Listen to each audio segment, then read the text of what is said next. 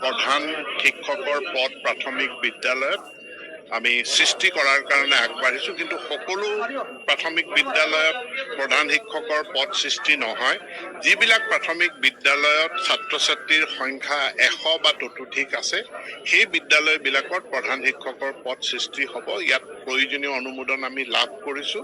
গতিকে 15 আগষ্টৰ ভিতৰত মই কামখিনি সম্পূৰ্ণ কৰাৰ, অৰ্থাৎ পদ সৃষ্টি কৰাৰ কামখিনি সম্পূৰ্ণ কৰাৰ চেষ্টা কৰিছোঁ। আমি প্ৰথমটো হ'ল যে এটা বিদ্যালয় ৰেচনেলাইজেশ্যন, সেইটোৰ কাৰণে এটা শিক্ষা ক্ষেত্ৰ বুলি আঁচনি লৈ বিদ্যালয়ৰ এমালগেমেশ্যন মাৰ্জাৰৰ প্ৰক্ৰিয়া চলি আছে, আৰু ইয়াত মই অসম ৰাজ্যিক প্ৰাথমিক শিক্ষক সন্মিলনীৰ সহযোগিতা বিচাৰিছোঁ।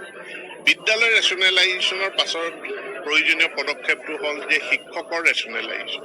বহু শিক্ষানুষ্ঠানত প্ৰয়োজনতকৈ অধিক শিক্ষক আছে, কিন্তু বহু বিদ্যালয়ত প্ৰয়োজনীয় শিক্ষক নাই। হাইলাকান্দি জিলাৰে বৰ্ডাৰ এৰিয়াৰ স্কুলবিলাকত ছাত্ৰ ছাত্ৰীৰ সংখ্যাও বহুত বেছি, কিন্তু প্ৰয়োজনীয় শিক্ষক শিক্ষয়িত্ৰী নাই। এইটো কেনেধৰণে দিব পৰা যায় তাৰ কাৰণে এটা ৰেচনেলাইজেশ্যনৰ OM হৈছে, আৰু সেইটো কাৰ্যকৰী কৰাৰ ক্ষেত্ৰতো মই শিক্ষক সন্মিলনীৰ সহায় সহযোগিতা বিচাৰিছোঁ। যিবিলাক পাৰ্মানেণ্টলি এটেচমেণ্টত আছে, এতিয়া চব এটেচমেণ্ট উইথড্ৰ কৰা